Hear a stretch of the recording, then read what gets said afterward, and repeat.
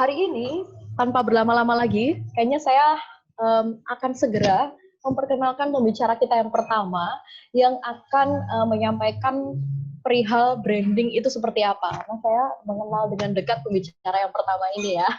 Saya kenal dekat dengan pembicara saya yang pertama ini, dan tentunya pembicara kita yang pertama ini praktisi dan juga pelaku dari branding itu sendiri gitu.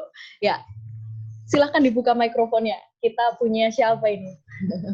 Oke, ada Mbak Ayunda Zikrina. Jadi sedikit perkenalan. Jadi Mbak Ayunda Zikrina ini adalah Head of Brand and Reputation Management dari Niaga Hoster. Mungkin nanti kalau teman-teman mau berkenalan bisa langsung aja disebutkan sama Mbak Ayunda tentang background pendidikannya, gimana kok bisa terjun ke branding dan lain sebagainya. Nanti bisa disebutkan oleh Mbak Ayunda. Dan hari ini Mbak Ayunda akan berbicara banyak soal branding collaboration itu sendiri, mulai dari definisinya sampai prakteknya seperti apa. Jadi tanpa berlama-lama lagi, silahkan Mbak Ayunda, sudah disiapkan presentasinya ya.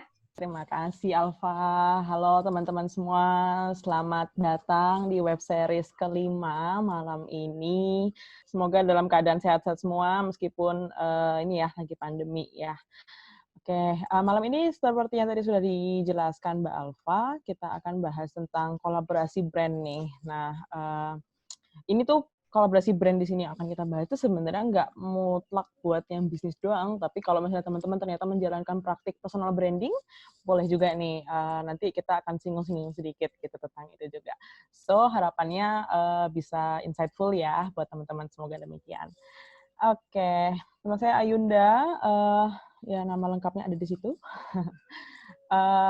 Background pendidikannya psikologi, ya jadi tidak ada kaitannya dengan branding atau manajemen atau marketing ya, agak offside gitu. Tapi dari sejak lulus kuliah sudah kayak entusias lah dengan dunia digital marketing dan sosial media dulu sih awalnya. Terus makin kesini ternyata makin tertarik dengan dunia branding gitu, sehingga sekarang dipercaya menjadi Head of Brand and Reputation Management di Niaga Hoster. Mungkin nanti kalau yang mau mau sharing-sharing, mau tanya-tanya, boleh lewat medsos juga. Silahkan dicari aja handle medsosnya Ayunda Zikrina. Di mana-mana sama kok namanya. Oke, so to the point ya, kita langsung lihat nih apa sih yang akan kita pelajari hari ini. Oke, malam ini kita akan bahas tentang beberapa hal tentang kolaborasi brand. Jadi pastinya mendasar dulu ya, mengenal dulu apa sih kolaborasi brand gitu. Dan mungkin terdengar sebenarnya familiar, tapi sebenarnya ada hal-hal yang mungkin perlu diketahui juga nih gitu dari secara definisi dan strategisnya tuh kolaborasi brand itu seperti apa gitu.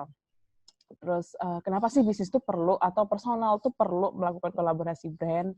Terus ada tipe-tipenya ternyata kolaborasi brand itu gitu. Jadi nanti seperti apa kolaborasi brand yang tepat nih untuk yang diaplikasikan ke bisnisnya, karena bisa jadi setiap bisnis tidak sama gitu ya tipe kolaborasi brand yang bisa dilakukan. Lalu apa sih tipsnya gitu biar sukses kolaborasi brandnya ya. Dan nanti mungkin di akhir kita akan dari saya akan membagi nih experience-nya Niaga Hoster melakukan kolaborasi dengan brand lain gitu. Baik itu nanti dari hal dalam personal, komunitas maupun dari segi brand to brand gitu ya. Apa itu kolaborasi brand? Ini mungkin nggak usah teoritis banget lah, tapi dari sisi pengertiannya sendiri sebenarnya ya sesuai dengan namanya sih, kolaborasi brand gitu. Jadi kerjasama yang strategis ya, pastinya nggak hanya kerjasama yang hanya kerjasama biasa gitu. Antara dua brand atau lebih, jadi bisa jadi lebih gitu, untuk menciptakan sebuah produk atau layanan yang unik. Tujuannya tentu untuk menjangkau segmen pasar tertentu. Karena bisa jadi dua brand yang berkolaborasi ini ternyata sebenarnya memiliki segmen pasar yang berbeda, tapi satu brand yang satu itu mau katakanlah mencaplok gitu ya, atau dia mau pengen juga nih menyasar segmen pasar brand kolaboratornya gitu. Jadi mereka saling kolaborasi itu bisa jadi juga dari segi segmen pasarnya. Dan tujuan yang kedua adalah mempertahankan keuntungan kompetitif di pasar. Karena apa? Keuntungan kompetitif karena pasar ini kan bergerak terus ya, dinamis terus gitu. Jadi kita tuh dituntut untuk bisa inovatif gitu. Nah, salah satu bentuk inovasi itu tadi adalah bisa dengan kita tuh berkolaborasi menghasilkan satu produk atau layanan baru gitu. Jadi kenapa sih kita jadinya punya keuntungan kompetitif tuh karena itu, karena akhirnya ada yang bikin beda nih kita dari kompetitor gitu, karena kita kolaborasi dengan brand lain dan bisa jadi segmen pasarnya bertambah gitu, karena akhirnya mencaplok dari si brand kolaboratornya seperti itu. So, kenapa sih kita ngelakuin kolaborasi brand? Ini tadi beberapa mungkin alasannya sudah kesebut ya di pengertiannya tadi. Menghadirkan produk yang baru dan inovatif ini tadi. Jadi, kolaborasi brand ini bisa menghasilkan produk yang baru, bisa jadi gitu ya. Misal produk kopi gitu dengan produk apa misalnya dia punya permen misalnya gitu, terus dia mau menghasilkan produk kopi rasa permen misalnya gitu, bisa kayak gitu. Itu kan produk yang baru ya gitu dan inovatif gitu, dalam arti bisa jadi nggak kepikiran tuh kompetitornya buat bikin kopi rasa permen gitu. Jadi seperti itu gitu. Kenapa kolaborasi brand itu bisa jadi apa ya, efektif gitu buat dilakuin juga. Tetap konsisten menghadirkan produk yang kompetitif di pasar. Ini tadi, karena produk yang kompetitif itu berarti produk yang inovatif gitu, yang memang senantiasa ada unsur hal yang baru di produk-produknya itu gitu. Jadi pasar tuh juga nggak merasa bosen dan kayak ya udah barangnya itu aja, paling kalau si brand X nih kopinya pasti rasanya itu aja nih gitu. Jadi berusaha tetap kompetitif dengan menghasilkan hal-hal yang baru gitu. Mempertahankan basis customer yang sudah loyal. Gitu tadi, dia makin bangga gitu. Kopi kesukaanku tuh makin kreatif aja ya ternyata bisa menghasilkan variasi rasa yang unik gitu, baru gitu. Akhirnya dia makin loyal karena dia makin bangga gitu sama brand yang dia percaya gitu ya. Jadi seperti itu, bisa berefek ke loyalitas juga. ROI ini return of investment, jadi kayak budget marketingnya teman-teman. Kalau yang bisnis maupun yang personal, bisa jadi loh personal branding. Mungkin teman-teman di sini ada yang jadi influencer, yang Twitter followernya udah banyak, atau Instagram juga followernya udah banyak, bisa jadi kan bisa terima-terima endorse gitu. Nah, sama, jadi ROI yang lebih baik dan peningkatan revenue. Jadi bisa jadi budget marketingnya teman-teman itu, karena numpang gitu ya, numpang sama brand lain tuh bisa jadi malah mengurangi karena biasanya effort yang teman-teman misalnya keluarkan untuk nge-ads sekian juta gitu ya, tapi karena dibantu sama influencer tertentu jadi bisa nurunin karena kita bisa dompleng awareness-nya si influencer-nya tadi gitu. Jadi kan budget ads-nya jadi berkurang tuh gitu. Tapi tentu saja ada trik-triknya gitu ya biar tetap balance gitu antara tetap melakukan kerjasama dengan influencer, yang pasti juga ada cost-nya gitu kan, nggak mungkin gratisan juga kan si influencer-nya, tapi tetap bisa menghadirkan investasi gitulah untuk menukar budget marketing yang biasanya teman-teman keluarin gitu. Dan tentunya untuk peningkatan revenue, karena awareness-nya nambah kan, tukeran awareness gitu, istilahnya brand dengan brand atau dengan personal bisa jadi juga. Nah, yang selanjutnya sarana menambah pengetahuan tentang tren dan industri bisnis untuk meningkatkan kreativitas. Nah, ini nih, biar makin inovatif gitu. Jadi kita makin ngerasa, oh oke, aku update nih, ternyata bisa ya kopi itu sama permen gitu. Padahal sebenarnya kombinasi yang bisa jadi nggak kepikiran gitu kan sama customer sendiri bahkan juga mungkin nggak kepikiran kalau ternyata kopinya bisa rasa permen ya gitu. Pasti apa ya ada rasa kopinya sih, tapi kok kayak manis-manis permen ya gitu. Bisa jadi seperti itu. Jadi industri ini kan ya tadi ya, industri itu nggak statis gitu, perkembangannya itu ada terus gitu, apalagi sekarang digital gitu kan. Pandemi ini juga bisnis-bisnis itu didorong untuk bisa melek digital gitu. Jadi harapannya memang kreativitas itu bisa terus digali gitu, karena kalau nggak kreatif makin ketinggalan nih sama kompetitor-kompetitornya gitu. Meningkatkan brand value, jangkauan dan penguasaan pasar. Ini tadi sih brand value ini orang jadi makin tadi yang loyal makin loyal, atau yang mungkin brand kecil, yang mungkin awareness-nya masih kecil gitu ya, begitu dia bisa kolaborasi nih sama brand yang lebih besar awareness-nya, itu bisa meningkatkan brand value-nya dia juga. Oh, keren ya, si ini bisa kolaborasi sama brand ini ternyata gitu. Yang udah go internasional misalnya gitu. Jadi kan itu brand value-nya si brand yang punya awareness yang lebih kecil itu bisa meningkat gitu. Jangkauan ini kaitannya dengan awareness gitu ya, karena makin dikenal kan pasti. Oh iya kemarin tuh yang kerja sama brand ini ya, si brand kopinya gitu. Terus dan penguasaan pasar gitu ya tentunya gitu. Ketika jangkauannya makin luas, pasti pasarnya juga makin luas gitu. mempromosikan misi sosial. Nah, ada nih beberapa brand yang berkolaborasi itu untuk mempromosikan misi sosial. Misalnya untuk charity, untuk amal gitu ya. Apalagi di masa pandemi gini, biasanya ada tuh perusahaan yang menggandeng NGO mana gitu yang nanti dia sama-sama campaign kampanye sesuatu untuk awareness sosial gitu, untuk charity gitu ya, bisa jadi. Terus untuk mengikuti tren terbaru, ini terutama untuk yang influencer. Mana nih influencer yang lagi naik daun misalnya. Diajakin kerjasama gitu ya untuk dompleng gitu. Nanti kita punya beberapa contohnya lah untuk kenapa kok ada yang kolaborasi brand itu untuk ngikutin tren gitu ya. Dan beneran karena tren itu kan ada naik ada turunnya ya. Maksudnya begitu ada habisnya gitu kalau tren itu. Jadi memang ada yang memang kolaborasi sifatnya temporary gitu. Jadi nanti kita lihat gitu contohnya seperti apa. Terus yang terakhir tentunya menarik perhatian pasar. Apalagi kalau yang produknya tuh hasilnya jadinya unik. Tadi kayak misalnya kopi rasa permen gitu kan nggak kebayang ya ada gitu kopi rasa permen. Kira-kira menarik perhatian pasar. Begitu menarik perhatian pasar orang jadi apa? Jadi kenal, jadi penasaran, dia pengen coba. Akhirnya nambah awareness-nya, pasarnya juga nambah. Ternyata ada yang suka gitu kan. Begitu mereka cocok akhirnya mereka mau gitu. Jadi oh oke, aku jadi customer-nya mereka deh, seneng nih sama variasi produk barunya gitu. Gitu. Jadi ini ya beberapa alasan kenapa sih kolaborasi brand itu oke banget nih buat dilakuin gitu. Kita masuk ke tipe-tipe kolaborasi brand. Ternyata ada beberapa nih tipenya teman-teman. Jadi tergantung, nah ini tipe-tipe brand ini dari kolaborasi brand itu sendiri. Jadi teman-teman tuh harus punya dulu nih tujuannya sebenarnya dengan melakukan kolaborasi brand tuh pengen mencapai apa sih gitu. Dari beberapa alasan yang di atas tadi, mungkin teman-teman bisa refleksi dulu. Mana nih alasan yang sebenarnya menjadi dasar saya mau melakukan kolaborasi brand dengan brand mana gitu. Jadi sehingga nanti tipe-tipenya bisa ditentukan gitu ya. Nah ini beberapa tipe kolaborasi brand. Sebenarnya banyak sih yang bisa dilakuin ya. Kolaborasi itu bukan satu aktivitas yang ada pakemnya gitu, harus begitu terus gitu, enggak gitu. Jadi malah justru harus lebih kreatif, harus sangat kreatif untuk bisa explore gitu. Sebenarnya kolaborasinya bisa dalam bentuk apa aja sih? Nah, yang pertama tuh ada content marketing. Jadi content marketing ini sifatnya sesuai dengan namanya sih, kontennya itu bisa macam-macam, entah itu artikel, entah itu video, entah itu postingan medsos juga ada gitu ya. Jadi untuk content marketing ini memang lebih variatif dan bentuknya juga macam-macam gitu.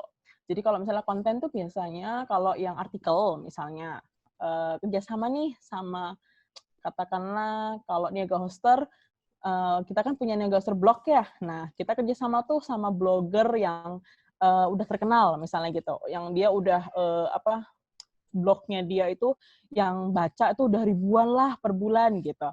Kita kerja sama-sama dia buat, yuk mau nggak nulis di blognya Niaga Hoster gitu. Terus nanti kita cross marketing, jadi nanti dia bantu posting di tempatnya dia, kita juga bantu post di tempat kita gitu ya. Dan dari sisi dia sebenarnya nothing tulus sih gitu, malah mungkin bisa bantu kita buat raise awareness gitu. Nah di sisi kita dapat nilai plus lebih nih karena influencer blogger tadi yang kita ajakin kerjasama itu kan dia punya pasarnya sendiri, punya masanya sendiri.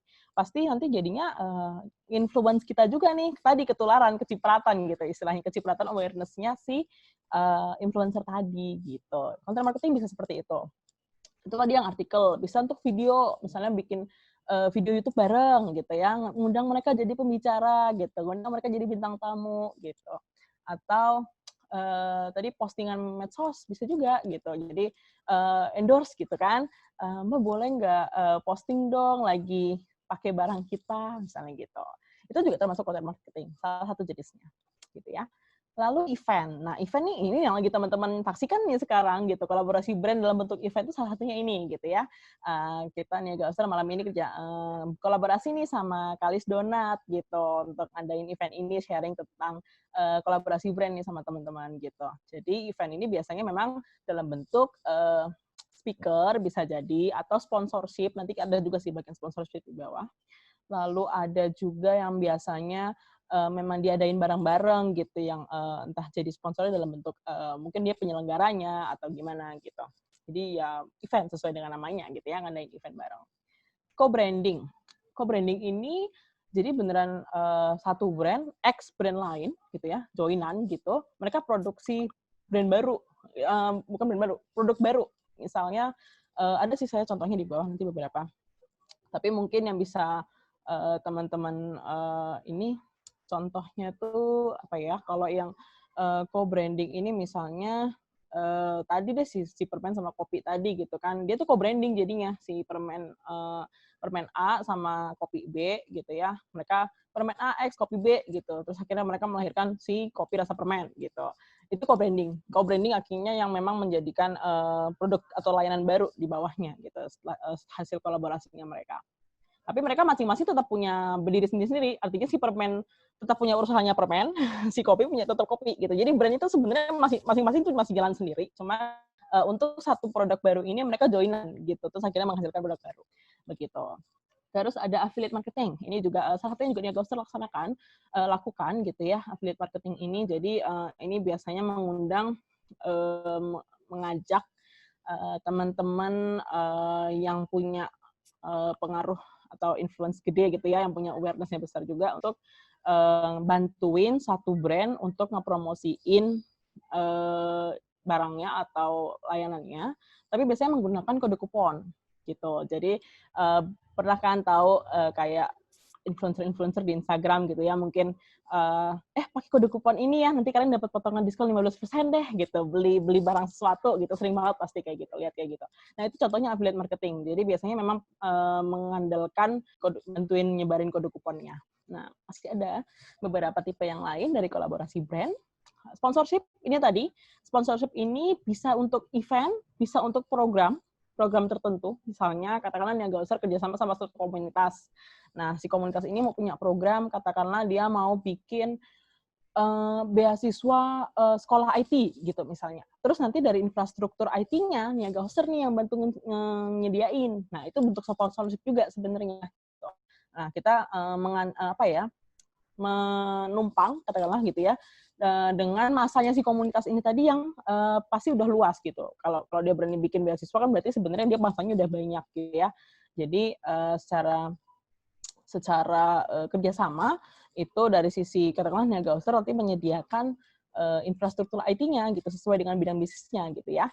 Nah, kalau influencer marketing ini mirip-mirip. Jadi influencer marketing kayak mungkin di atapnya gitu ya, malah di atas gitu, yang sebenarnya yang kolaborasi brand ini tadi bisa jadi turunannya gitu. Karena memang intinya adalah kolaborasi brand ini untuk mendompleng influence-nya masing-masing gitu, pengaruhnya brand antara satu brand dengan brand yang lain gitu. Jadi influencer marketing seperti yang udah teman-teman tahu sih pasti gitu ya, seleb tweet gitu kan, selebgram gitu sering dimanfaatkan oleh para bisnis untuk bantu nge-boost gitu.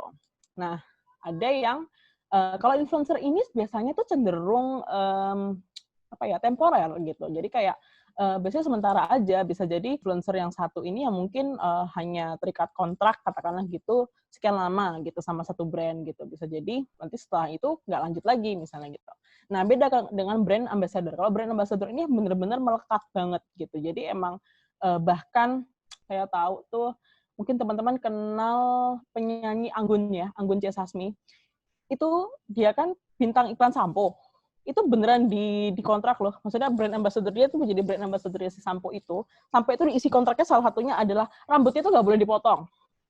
Rambutnya tuh nggak boleh dipotong, rambutnya harus rajin dirawat. Sampai kayak gitu. Jadi isi kontraknya itu sampai brand itu sampai seperti itu karena memang dia tuh udah ambasador gitu. Artinya kemanapun si Anggun ini pergi gitu, dia tuh akan si brand ini tuh pengen mereknya si sampo ini tadi itu yang melekat di Anggun gitu, nggak dia tuh tidak terasosiasikan oleh brand lain gitu.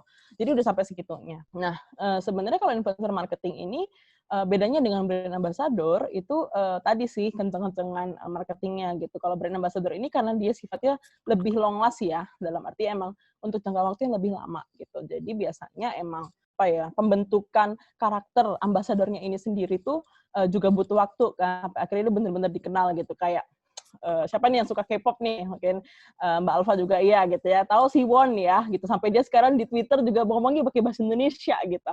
Iya, itu kayak gitu satu gitu ya, maksudnya kayak mungkin dia juga, saya sih nggak sih di brand ambassador salah satu mie instan ya kayaknya. Jadi akhirnya memang demi itu utuh gitu juga mungkin si brandnya juga menjaga si sosok ini tadi itu si Won tadi itu biar memang semelekat itu akhirnya bahkan mungkin terkesan menciptakan karakter baru jadinya gitu ya. Tapi karena itu pembentukan karakter brand ambassador itu emang berbeda gitu, nggak sekedar kayak influencer marketing seperti itu.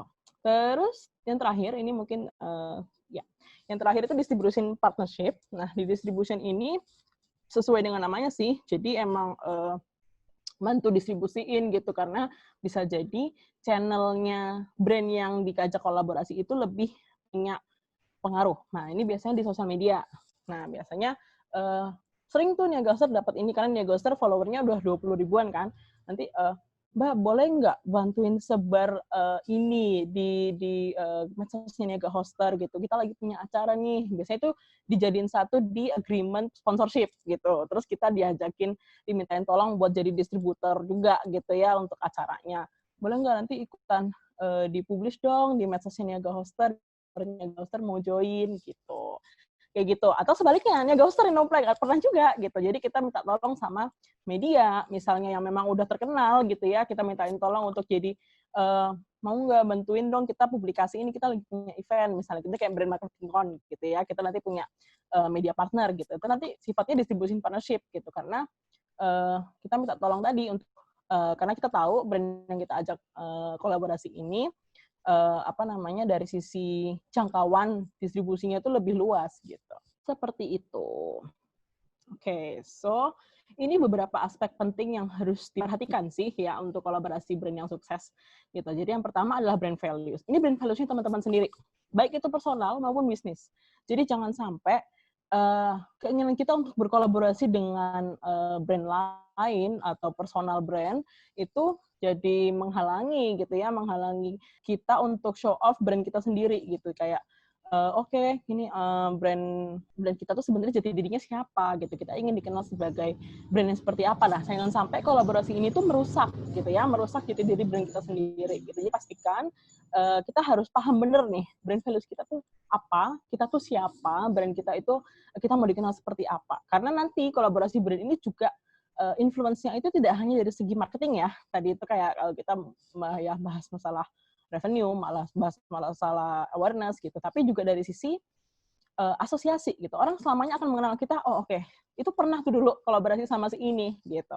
Itu selamanya orang akan ngelekat gitu. Meskipun kadang-kadang kita udah bisa aja bilang gitu ya, oh kita udah nggak kolaborasi lagi nih sama brand ini gitu. Bisa jadi gitu. Cuman pada akhirnya value kita itu mau tidak mau pasti akan ada sedikit aja melekat gitu di kolaborasi-kolaborasi yang pernah kita lakuin gitu. Nah, ini berkaitan juga nih dengan yang selanjutnya. Jadi untuk bisa menjaga brand value kita sendiri, tentunya untuk kemudahan kolaborasi, kita temukan nih brand lain yang value-nya sejalan dengan brand kita. Bukan kompetitor loh ya. Jadi beda, brand value itu beda dengan brand kompetitor gitu. Artinya kita sesama kompetitor pun pasti punya brand value yang berbeda gitu. Jadi kayak Nia Ghoster dengan kompetitornya Nia Ghoster juga pasti punya value yang berbeda karena Nia Ghoster tuh customer obsession, kita dedikasi gitu ya untuk terus memperhatikan kebutuhan customer dan lain-lain, itu salah satu brand value kita. Nah, nggak tahu nih kalau kompetitor lain sebenarnya brand value-nya apa gitu kan, tapi pasti berbeda gitu. Nah, selanjutnya tentukan ekspektasi yang jelas sejak awal. Nah, ini tadi. Jadi tujuan kolaborasi itu harus kita tentukan dulu sebelum bahkan mencari nih kita mau kolaborasi sama brand mana gitu ya. Jadi karena kalau di otak-atik di tengah jalan gitu kayak tiba-tiba berubah arah gitu ya, pengen aduh kok kayaknya nggak jadi deh kalau nggak jadi deh buat konten marketing, pengennya kita bikin event bareng aja ya gimana gitu. Itu akan sulit karena nanti dari juga itu membuat resiko untuk brand kita sendiri juga. Apalagi bisa jadi kalau misalnya brand kita itu brand yang kurang justru yang pengen dompleng sama brand yang lebih besar gitu. Terus kalau tiba-tiba kita malah malah berhenti di tengah jalan atau kayak berubah haluan di tengah jalan, itu malah brand lain juga sentimennya jadi negatif ke kita gitu ya. Jadi harus hati-hati juga nih kalau masalah brand ini emang nggak rumit sih ya, gampang-gampang susah lah gitu ya. Maksudnya kita untuk menciptakan brand yang pengen dikenal orang itu gampang, bikin aja yang unik-unik gitu kan. Tapi di sisi lain menjaganya ini juga yang termasuk challenging gitu, yang termasuk susah gitu ya. Terus, nah ini tadi brand values, jadi pastikan kolaborasi tidak merenggut jati diri brand. Kita harus istilahnya kekeh lah sama value brand sendiri gitu ya, jangan sampai kehilangan jati diri. Dan jadilah kreatif gitu. Jadi nggak ada aturan khusus di melakukan kolaborasi. Balik tadi, meskipun tadi ada tipe-tipenya gitu, tapi sebenarnya apa sih yang bisa dilakukan brand untuk berkolaborasi dengan brand lain? Bentuknya seperti apa, caranya seperti apa, durasinya berapa lama, itu nggak ada rule book-nya, nggak ada guide-nya gitu. Jadi ya duit aja gitu ya, kasih lakuin aja gitu. Mau mencoba hal-hal, justru kadang-kadang memang kolaborasi-kolaborasi yang paling diingat itu justru yang paling unik-unik kok. Jadi bisa dicoba tuh. Jadi be kreatif aja, nggak usah terlalu terpaku dengan aduh aku harus begini, aku harus begitu gitu kan. Nggak usah seperti itu. Nah ini contoh-contohnya, kita masuk ke contoh. Jadi Starbucks itu sama Spotify. Starbucks tuh kan punya app ya. Jadi mereka tuh punya app untuk jadi di app-nya itu biasanya sih bisa buat bayar, bisa buat pesen juga sekarang, terus bisa dapetin reward juga, ada reward khusus untuk yang punya app-nya gitu.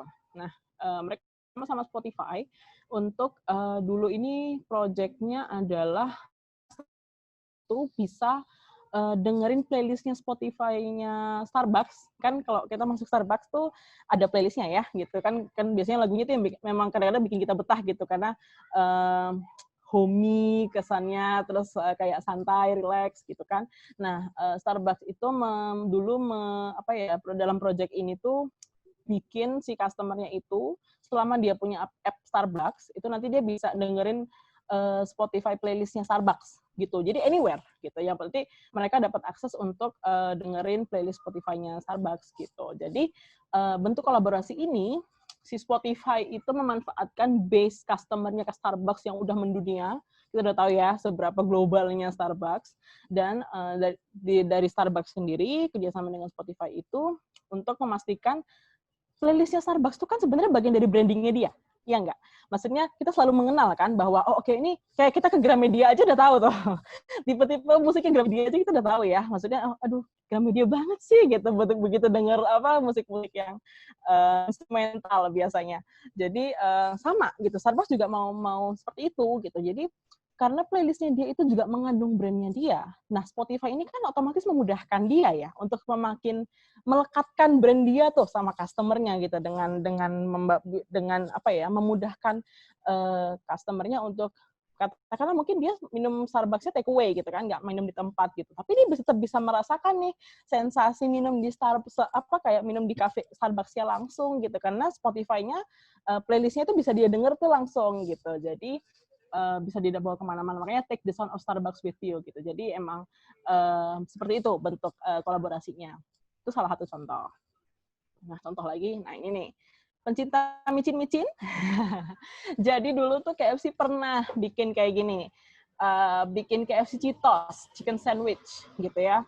Jadi ayamnya itu dikasih bumbu Cheetos gitu. Nah ini apa? Cheetos itu kan makanan masa kecil ya, kita yang biasanya, atau mungkin yang sampai sekarang masih jadi hamba micin gitu ya, bisa aja gitu kan, masih senang jajan-jajan Cheetos gitu. Tapi kan itu, jadi sensasi orang, akhirnya orang ketika memilih ini, dia tuh dapat dua sensasi. Dia nggak kehilangan nikmatnya ayam KFC, dan dia dapat tuh rasa Cheetos yang dia senengin itu, dia dapat juga di tempat di makanan yang sama. Nah itu akhirnya ini kan melahirkan, jadi kolaborasi dua brand melahirkan satu produk baru, dan tapi menggabungkan customer base-nya dua-duanya gitu. Jadi istilahnya mengurangi pilihan sulit customer-nya gitu, karena dia udah tahu oke, aku senang dua-duanya nih, aku akan beli gitu. Nah ini pernah lihat nggak model ini? Lihat ya, ini lambang ini Nike. Nah, Nike pernah kerjasama sama Nickelodeon. Ini produsernya si SpongeBob dan Patrick ini. Jadi dia menyasarnya karena ini ya, SpongeBob itu emang kartun SpongeBob itu kan emang ininya udah banyak ya, penontonnya udah banyak, bahkan kita pun yang dari kecil juga sampai sekarang kalau disuruh nonton SpongeBob mungkin masih mau aja gitu kan. Terus Nike sendiri sudah punya pangsa pasar yang besar juga. Jadi menghadirkan itu kan selain unik, juga mereka saling mendompleng ini ya fans ininya masing-masing gitu, fans produknya masing-masing dari mulai kartunnya sampai yang suka sama sepatunya gitu. Nah, kita masuk nih ke ceritanya Niaga Hoster.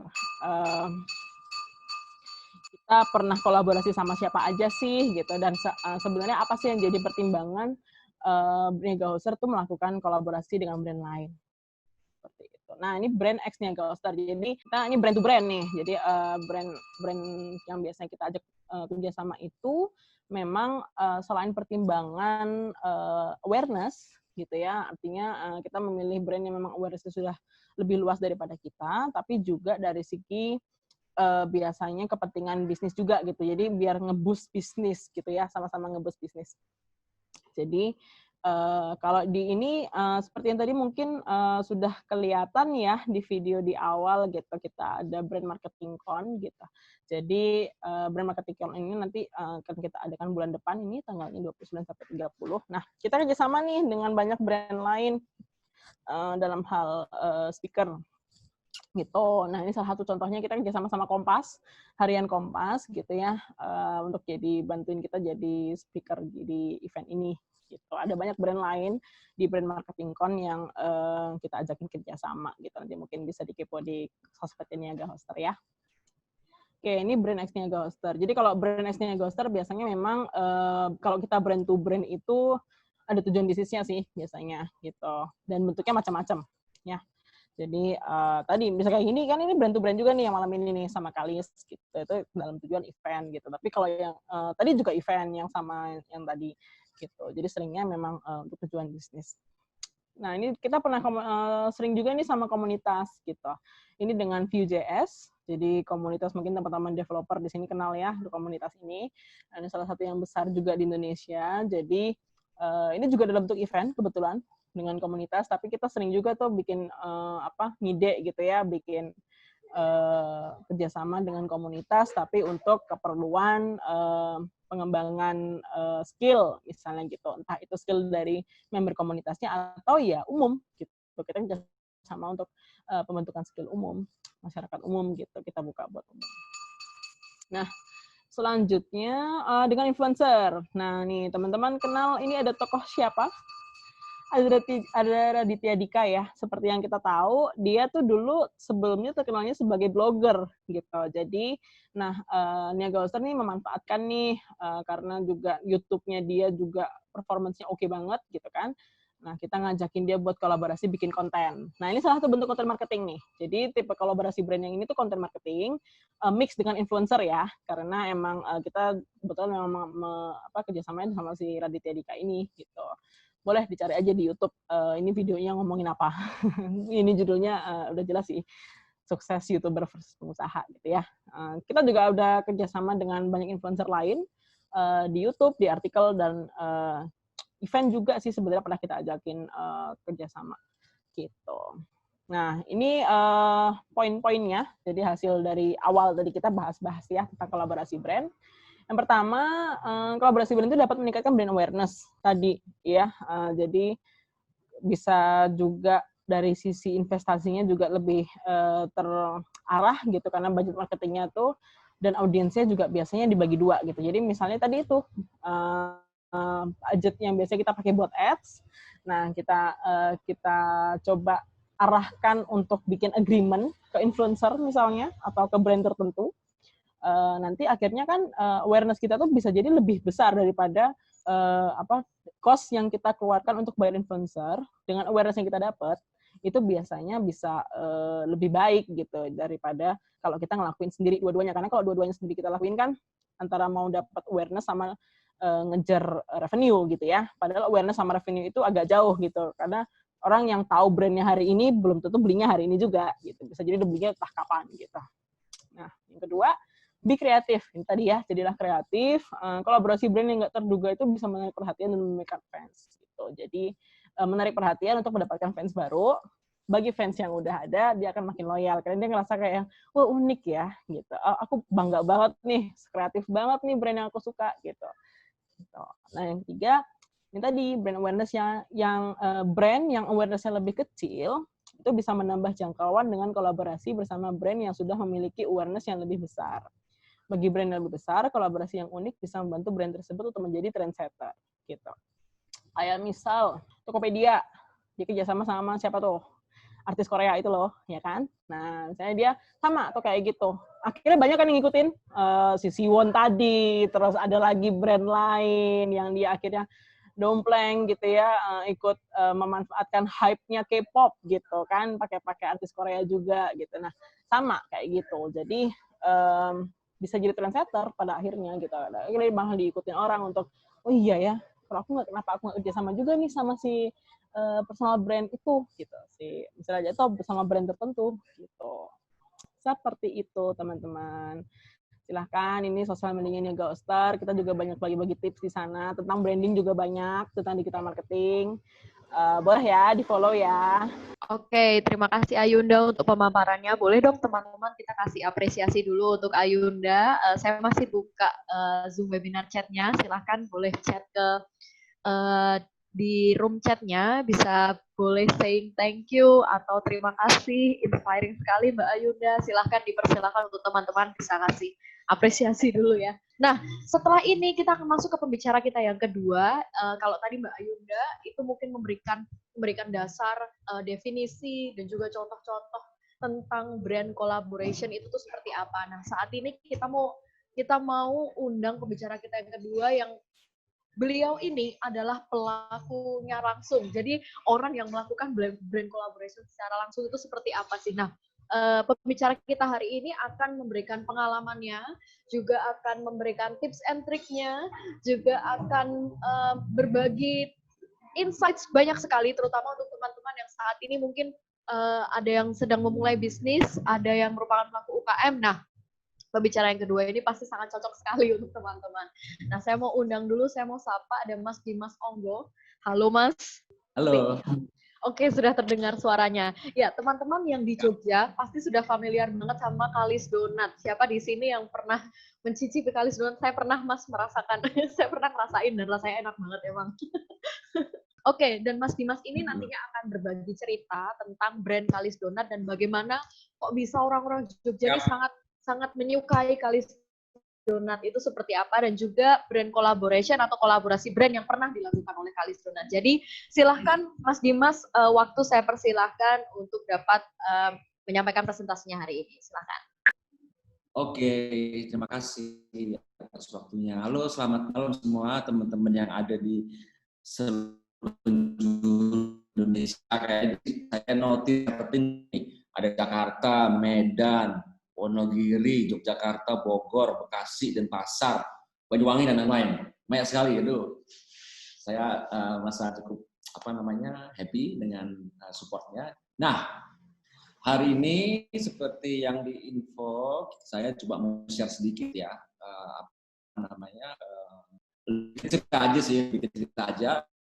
Itu terus habis itu bagaimana saya tuh berusaha untuk istilahnya berkolaborasi sama istilahnya partner atau teman-teman juga yang main bisnis juga di bidang baik itu food and beverage maupun yang lain, retail dan lain-lain gitu. Oke, saya coba share.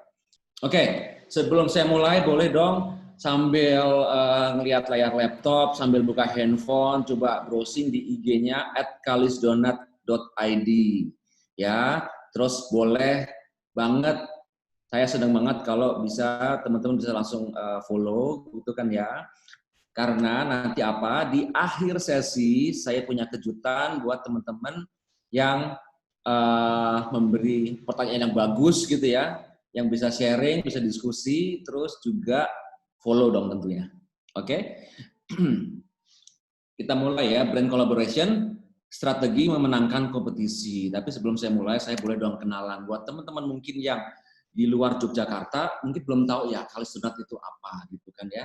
Jadi Kalis Donat itu adalah, saya sebutnya sebagai artisan premium donat gitu ya. Kenapa kok artisan? Karena ini tuh saya buatnya, kami tuh ya satu tim itu bikinnya secara semi manual dan semi auto. Jadi memang ada beberapa kita pakai perangkat seperti mixer dan sebagainya, tapi juga ada yang menggunakan masih istilahnya masih tenaga manusia ya, pakai tangan gitu ya. Jadi kan handmade donat gitu ya, yang menggunakan bahan baku premium. Jadi sengaja gitu kita lihat donat itu kan ada banyak ya, tapi mungkin nggak semua donat itu yang bisa menghasilkan rasa itu yang bisa empuk gitu ya, dan rasanya gurih gitu. Makanya saya menggunakan bahan-bahan premium, mulai dari butter, mulai dari susu, telur, dan lain sebagainya. Itu saya pakai yang kualitasnya bagus. Tanpa pengawet, dibuat dengan berbagai rasa spesial. Selain dari bentuk donatnya sendiri, saya juga eksplorasi di bagian topping. Nah, kalau teman-teman lihat sebelah kanan, itu salah satu varian yang boleh dibilang cukup populer lah gitu ya. Namanya tiramisu regal. Mungkin saya boleh sedikit pamer gitu ya. Ini istilahnya jadi signature-nya Kalisunat dan bisa menjadi referensi atau bisa menjadi inspirasi dari donat lain yang juga menciptakan varian yang sama gitu ya.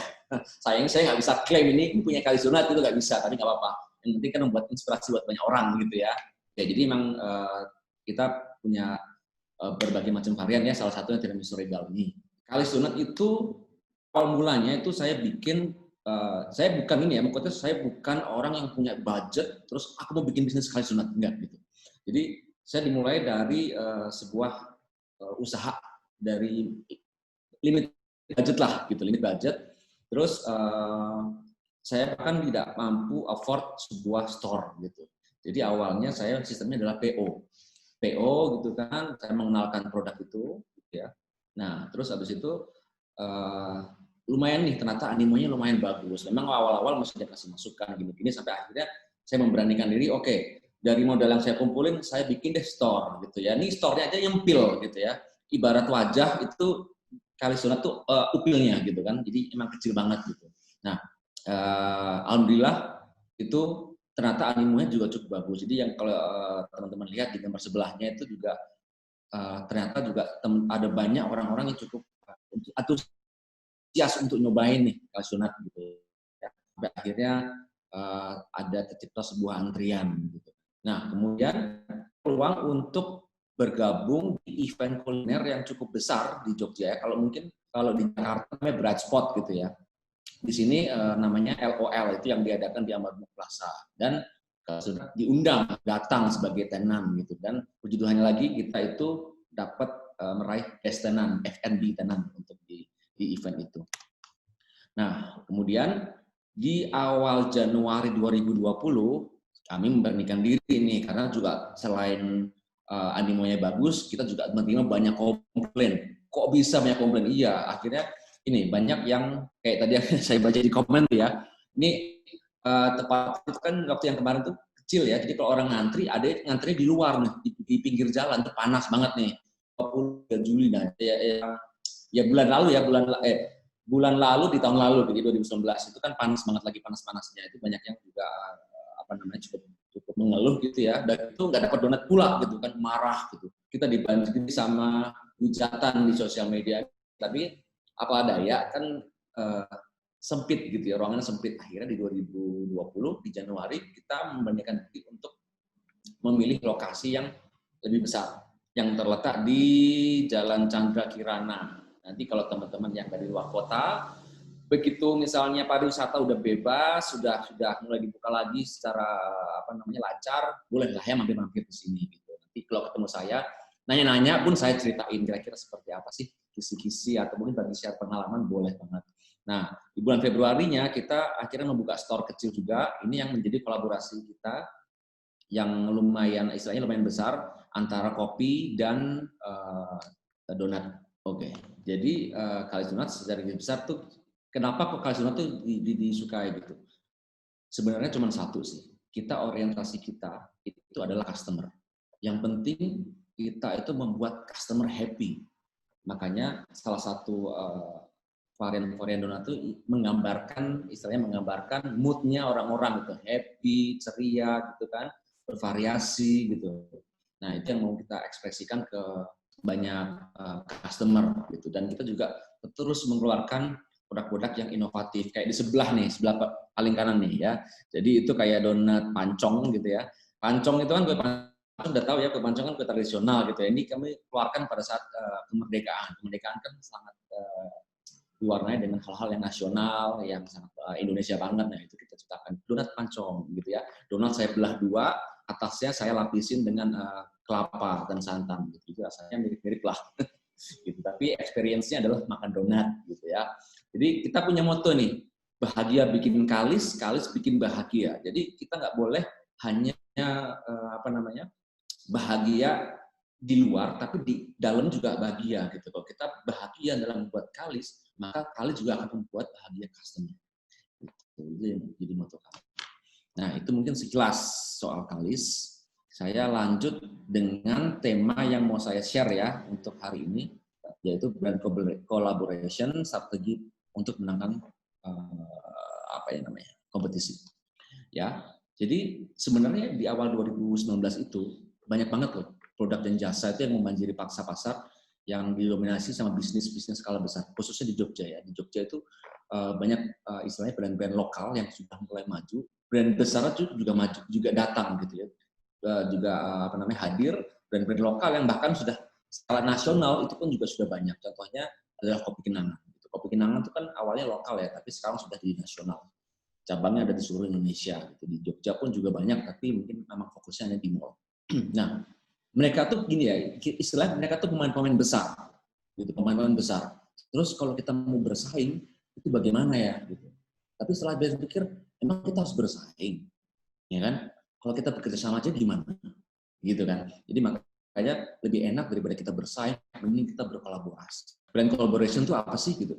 Jadi kolaborasi sendiri itu tuh sifatnya mutual ya. Mutual yaitu adalah hubungan nih antara dua pihak gitu ya, secara memiliki keuntungan yang sama, seimbang gitu ya. Yang dilakukan dengan kita tuh jadinya bisa bertukar gagasan, terus menciptakan produk-produk baru, platform-platform baru maupun desain-desain baru.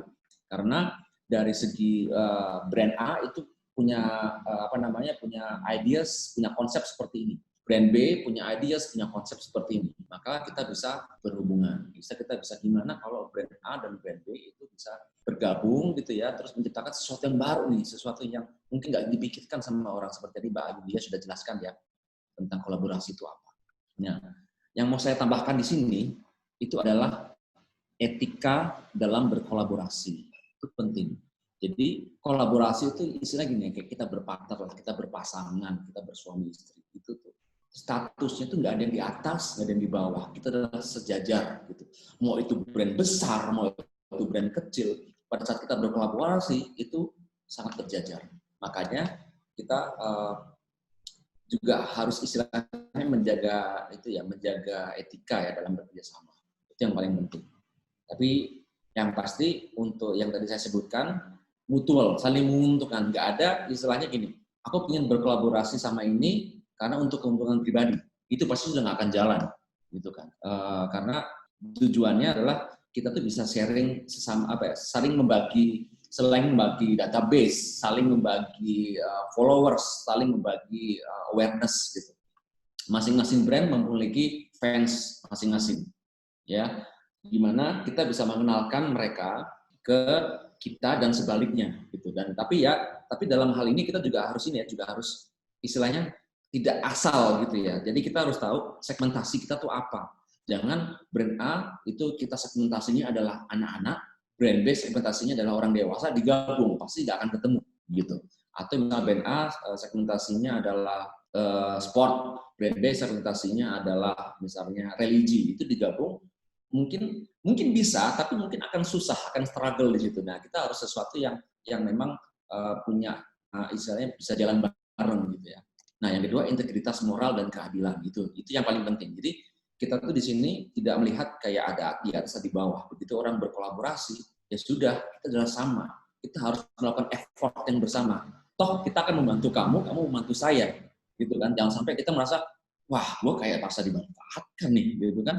Gue udah jungkir balik, udah berusaha untuk memberikan yang terbaik, tapi kok kayaknya dia santai-santai aja ya, karena merasa mungkin, gue mah lebih gede, followers gue lebih banyak gitu kan, Akhirnya kalau mau ikut vote, ya tetap istilahnya kita nggak sebanding, nggak bisa kayak gitu. Itu nggak akan bisa istilahnya kita akan merasa kerjasama itu akan istilahnya sejahtera gitu ya.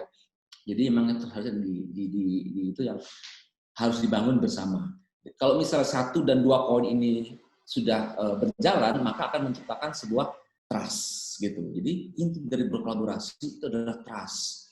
Jangan sampai kita tuh merusak kepercayaan dari sebuah kerjasama, karena itu dampaknya sudah pasti akan panjang. Gitu. Apalagi itu pernah kolaborasi, nggak mungkin kita kolaborasi sehari gitu ya, nggak mungkin. Kalaupun misalnya cuma sehari karena kita sebuah event, karena sebuah promo, tapi kan hubungannya kita antara orang itu kan akan berkelanjutan. Nggak mungkin tiba-tiba kita langsung blok selesai gitu kan, nggak mungkin. Dan nanti kita akan tetap memberikan misalnya hal-hal yang positif terhadap teman kita atau partner kita itu. Oh iya, ini emang si brand ini oke nih, gini kamu pakai aja nih karena dia punya gini misalnya. Ya pasti kita akan memberikan sesuatu yang positif dengan senang hati. Tapi kalau sudah sakit hati, pasti nggak akan enak, ngomongnya jadi negatif. Terus ya nih, gue kayak dimanfaatin nih, kayak gitu ya. Itu kita harus jaga.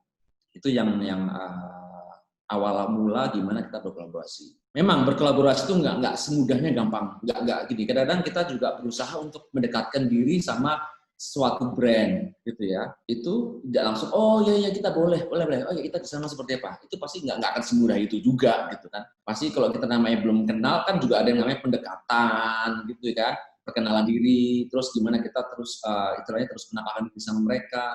Mungkin sebelum kerjasama kita berteman dulu seperti itu. Ada proses yang dilalui.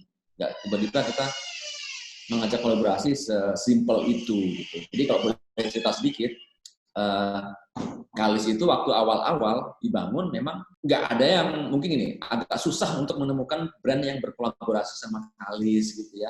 Saya berusaha untuk mendekatkan diri sama sebuah brand gitu, mungkin lihat sebelah mata. Saya mikir apa karena saya itu nggak punya.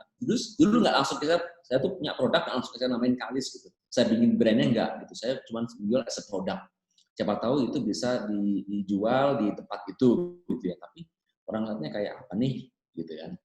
Enggak gitu. Terus habis itu saya membuat brand, membangun dan akhirnya mulai diterima gitu. Tapi saya berpikir, oh berarti memang ada orang yang memang melihat kamu siapa nih, kamu mau ngajak kolaborasi aku, emang kamu sehebat apa, mungkin seperti itu ya. Gitu. Pertimbangan itu sudah nggak salah gitu, pertimbangan itu nggak salah karena kalau misalnya kita berkolaborasi asal-asalan itu akan mendamage, merusak brand citra brand kita sendiri kalau kita asal-asalan. Tapi mungkin selama itu bisa diusahakan, why not? Nih, saya sebagai sharing sedikit, pertimbangan Kalis dalam memikirkan kerjasama itu apa sih? Satu, kerjasama yang dijalin untuk memperkuat brand equity, gitu ya. Brand equity itu adalah awareness, asosiasi, loyalty, contoh seperti itu. Jadi, kalau boleh cerita sedikit, Kalis itu begini, yang tadi saya sebutkan kan ada brand-brand besar nih yang terus maju, tapi Kalis itu saya tuh nggak sanggup untuk membuat cabang yang banyak gitu ya. Tapi gimana caranya kalau saya tuh bisa dikenal secara tersebar gitu, tersebar di berbagai tempat. Oh, akhirnya kita membuat kerjasama dengan brand kopi. Jadi saya tuh mengasosiasikan kalau temennya ngopi adalah donat. Makanya saya tuh langsung istilahnya merapat pada teman-teman yang partner-partner yang punya coffee shop gitu ya. Sekaligus untuk mengenalkan produk-produk Kalis di tempat-tempat itu. Jadi emang mungkin Kalis itu kan di daerah utara ya, di utara ya. Tapi mungkin di selatan orang belum terlalu kenal gitu. Mungkin di Solo orang belum kenal gitu. Makanya kita juga daripada kita harus membuat store gitu ya. Aduh, repot banget nih membuat store gitu. Tapi akhirnya kita juga untuk menaruh produk di sana gitu. Kita berkolaborasi dengan suatu brand yang akhirnya kalau sudah cocok produknya, oh ya, sebelum kita membangun brand yang kuat, ingat ya, dalam berbisnis produk kita harus bagus, itu sudah nomor 1, itu paling sakral. Kedua, service. So, produk dan service itu harus dua hal yang jalan berbarengan gitu. Jadi kayak makanya saya punya moto Kalis bikin bahagia bikin Kalis kayak gitu. Jadi emang harus kita tuh customer oriented, kita ramah kepada customer, tapi juga produk kita enak gitu. Apapun produknya ya. Nah, saat itu semua sudah tercipta, ya udah kita akan berjalan, kita akan mudah dikenal. Akhirnya kalau kita punya uang sedikit, kita mulai menggunakan influencer. Influencer sangat mempercepat apa istilahnya untuk awareness ya, karena mereka itu sudah punya followers dan sudah cukup dipercaya oleh beberapa followersnya untuk memberikan referensi terbaik untuk makanan. Karena kebetulan produk saya adalah makanan, jadi saya menggabungkan dengan influencer yang bergerak, yang fokus pada makanan gitu ya. Mereka nyobain mereka gini dan customer pun berdatangan untuk trial. Nah pada saat trial itu adalah posisi kita gimana kita membuat mereka please ya, mereka senang, gitu mereka senang dan mereka repeat order kayak gitu. Kedua, hambatan. Nah, ini dia. Hambatan SDM, waktu, uang, tempat itu semua adalah musuh untuk bisnis pemula gitu termasuk saya. Ya kan saya tidak mulai bisnis dengan uang yang berlebihan gitu kan, bahkan yang seadanya, makanya saya berpikir keras gimana cara-caranya untuk bisa mempercepat perkenalan sebuah brand kalis kayak gitu. SDM pun juga begitu. Jadi kalau misalnya nih kita kita mau berkolaborasi sama brand lain tapi kita nggak punya resource-nya, ya kenapa? Kita mau memiliki gini, kita memiliki misalnya gini, Kalis ingin punya produk ice cream gitu ya selain donat, tapi kita nggak punya SDM-nya. Kalis ingin punya kopi sendiri, tapi kita nggak punya SDM-nya. Kita bahkan nggak mampu beli mesinnya kopi. Ya udah, kenapa kita nggak kolaborasi aja? Jadi istilahnya kita bahkan bisa menciptakan produk-produk baru, donat dan ice cream. Nanti gambarnya saya kasih lihat ya, seperti apa sih. Ternyata enak juga ya, donat dan kopi. Nah, itu adalah snacks and drink, dessert and drink kayak gitu. Ketiga, kemampuan yang tidak atau belum dimiliki Kalis. Nah, ini sudah saya sebut tadi. Jadi kalau misalnya saya ini bisa bikin donat, tapi saya nggak bisa bikin kopi. Daripada saya menghabiskan waktu saya untuk trial yang membutuhkan dana, effort, waktu, ya sudah, kenapa nggak kita berkolaborasi aja. Saya pun di Kalis itu ada Kalis Kopi. Kalis Kopi itu memang saya jual khusus untuk 1 literan gitu ya. Jadi itu awal mulanya pada saat pandemi kemarin kami nggak bisa buka. Akhirnya saya berkolaborasi sama salah satu barista, freelance barista gitu untuk tolong dong bikinin kopi, jualan di tempatku deh gitu. Oke, dan akhirnya produk itu juga cukup diterima. Pertumbuhan jumlah revenue yang kita dapatkan. Oh, ini sudah pasti ya. Pada saat produk kita tersebar, pada saat produk kita diketahui banyak orang, sudah trial banyak orang, sudah pasti akan lebih mudah orang untuk mengetahui produk kita dan membeli produk kita. Mungkin pada saat dia mencoba di coffee gitu ya, coffee shop, wah enak juga ya. Terus mereka berpikir, kira-kira ada varian lainnya nggak ya gitu ya. Terus akhirnya, oh ya ada, tapi yang ada di, mungkin yang lengkap ada di pusatnya. Akhirnya mereka jalan ke di Kalis yang di Chandra Kirana ya, atau kita bilang Kalis Sagan lah gitu. Gitu. Mereka dapat, oh kita tuh punya sekitar hampir 30 varian donat gitu ya. Dengan aneka karakter dalam hal ini, donat itu saya bikin berkarakteristik gitu, enggak. Jadi nggak cuma donat dicelup ini, didekorasi seperti ini, enggak. Tapi setiap orang makan itu punya experience berbeda. Jadi kalau misalnya kembali lagi ke sini ya, pertumbuhannya kalau misalnya sudah kita penyebaran sudah bagus, sudah pasti pertumbuhannya akan mengikuti. Gitu. Yang terakhir adalah kolaborasi makin kuat namun tidak mengkanibalisasi. Nah ini penting nih. Kita kalau berkolaborasi jangan sampai produk itu tuh akhirnya merugikan produk lain. Misalnya nih, kita makanya beberapa tempat juga menyediakan makanan, gitu kan, menyediakan apalagi yang makanan juga tipe yang sama misalnya dessert. Gitu. Kita harus ngobrol. Misalnya kalau ada donat nih, gitu ya di tempatmu, kira-kira produkmu akan menjadi lebih tidak laku bagaimana? Kalau misalnya mereka sudah sepakat, nggak apa-apa, kita toh buat varian aja, buat opsi, ya nggak masalah. Gitu. Tapi kalau ternyata produknya yang kita punya, yang kita kolaborasikan sama itu menciderai produk lainnya, ya itu jangan gitu ya, karena nantinya akan tidak sehat. Jadi poin-poin itu harus kita pertimbangkan. Nah, ini adalah contoh-contoh kolaborasi Kalis dengan brand lain. Kita breakdown satu-satu ya.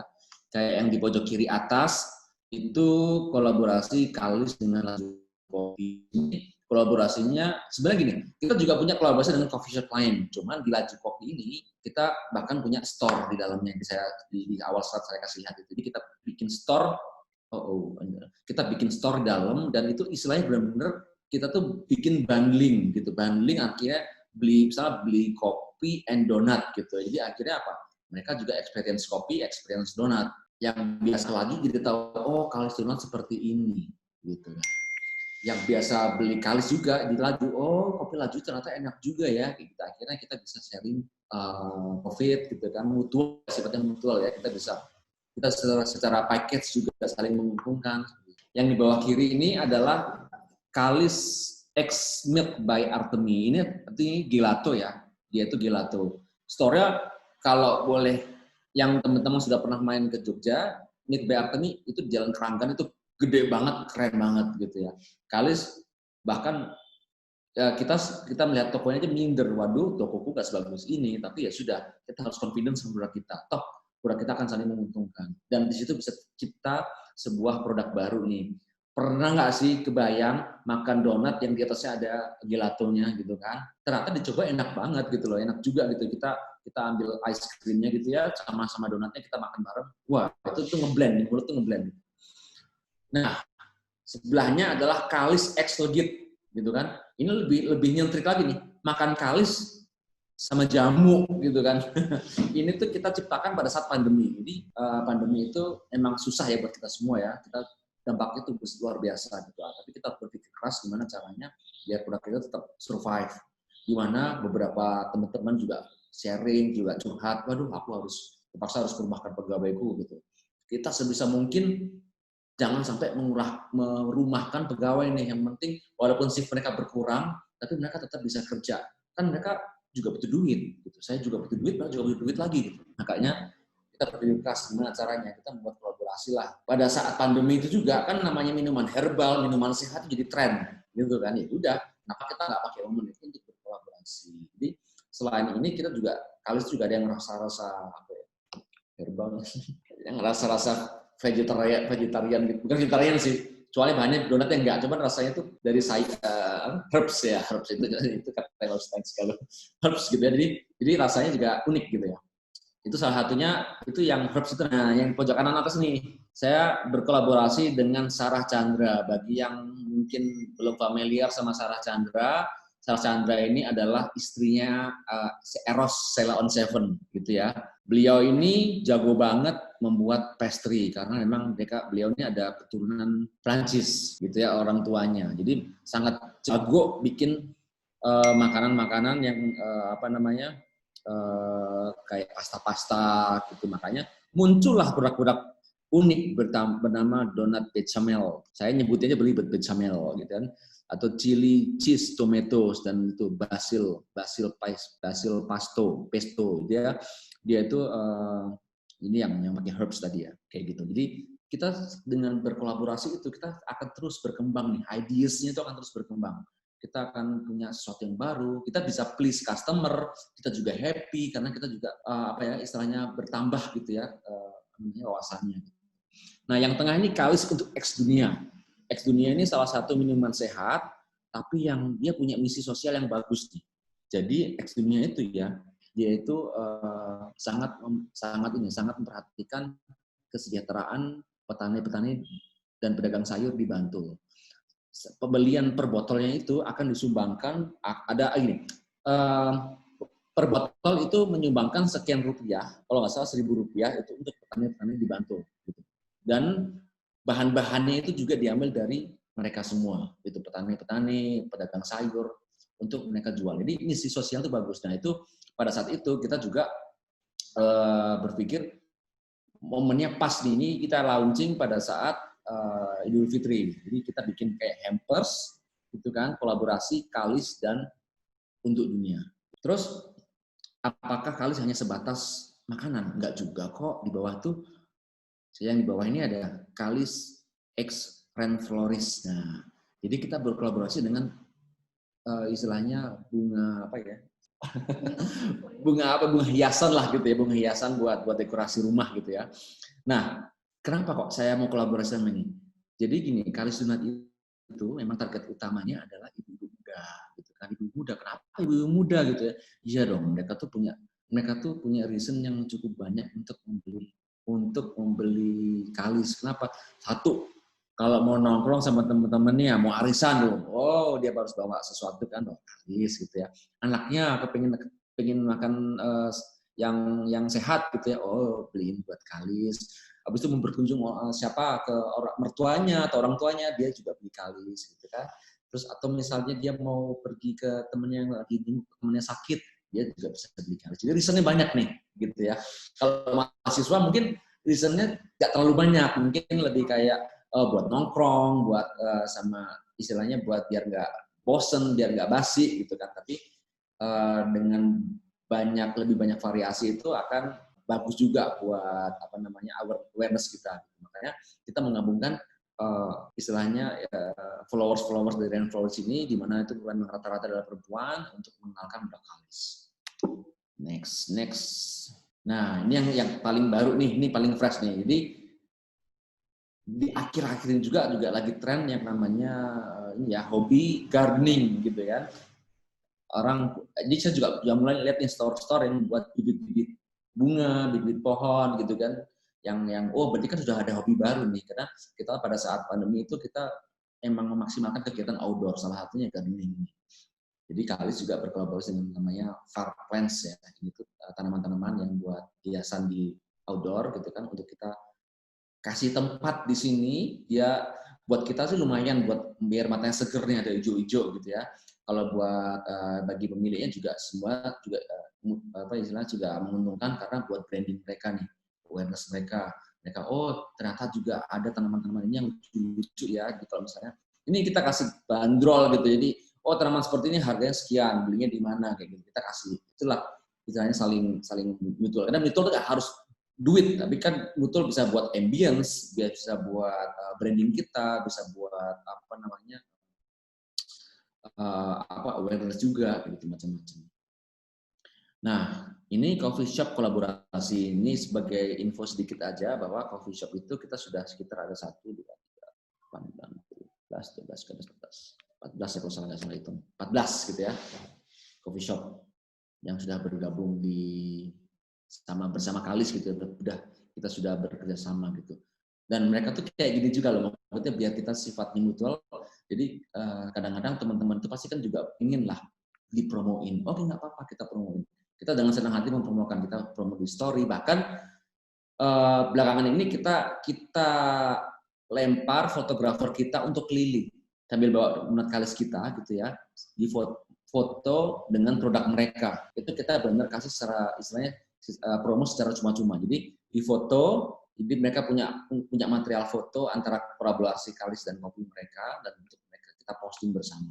Nah, kayak gitu-gitu. Jadi again, sifatnya harus mutual, dan kita harus menjaga etika bekerjasama, saling menguntungkan, sama-sama happy gitu.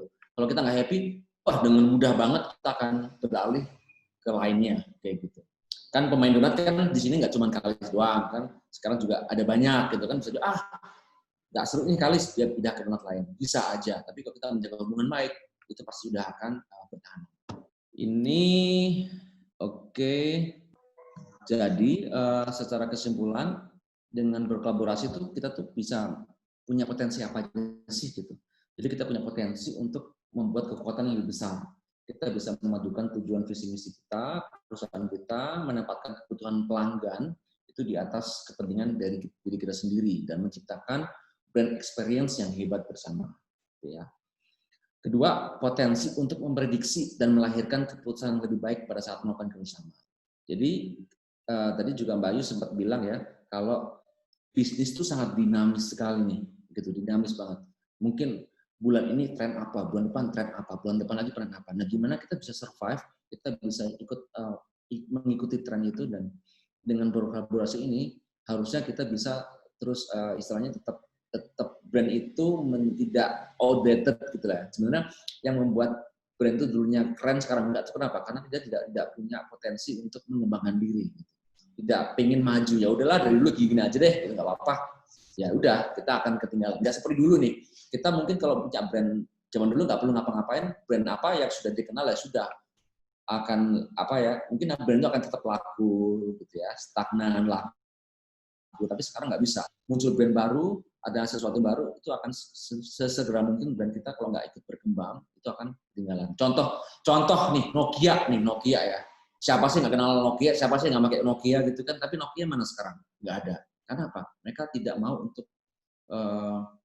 istilahnya tidak mau berkolaborasi, tidak mau memajukan. Saat itu kenapa Nokia tidak maju? Karena dia tidak mau bekerjasama dengan Android, yang sekarang Android sudah kemana-mana nih, jadi pemain besar. Itu salah satu keruntuhan Nokia, sebagai contoh aja ya. Bahkan ada kolaborasi yang unik banget nih. Pernah dengar nggak Oreo Supreme gitu ya? Nggak kebayang ya, Supreme ini brand clothing gitu ya, kok gabung sama Oreo yang brand makanan. Which is ya fine gitu ya. Itu mungkin juga buat istilahnya siapa jadi nggak notice gitu ya. Walaupun kita nggak mencoba tapi kita notice. Nah itu kan kadang-kadang bisa jadi salah satu objektif dari kita melakukan kolaborasi. Ketiga, potensi meningkatkan kemampuan untuk mendengarkan dan merespon yang lebih baik kepada konsumen. Jadi dengan kita berkolaborasi, otomatis database kita akan semakin luas, gitu ya. Kita akan jadi tahu kebutuhan konsumen itu apa, kemauan konsumen itu apa, gitu. Ya. Dan kita juga istilahnya harus memaintain konsumen. Saya itu dulu waktu masih join saya dulu ikut terjun masak, ikut terjun jualan jadi kasir gitu ya. Itu saya benar-benar ketemu konsumen, saya sapa, saya ajak ngobrol. Oh, mereka dari sini. Oh, ini pertama kali nyoba. Terus gimana rasanya? Terus kira-kira ada masukan apa? Selalu seperti itu. Nah, mereka tuh dengan begitu kita hubungan antara konsumen juga jadi baik gitu. Akhirnya kita bisa mengembangkan produk kita, produk baru, dan kita kadang-kadang, Kak, ada produk baru nih, mau nyobain nggak? Karena kakak sering nyobain kali sedih, kita traktir, nah gitu. Siapa yang nggak happy, ya kan? Pasti dengan senang hati. Tujuannya apa? Tujuannya adalah word of mouth. Intinya mereka akan terus menyebarkan kebaikan tentang produk kita. Tapi kalau misalnya begitu ketemu, ternyata hubungannya nggak baik, bete, sudah pasti akan selesai.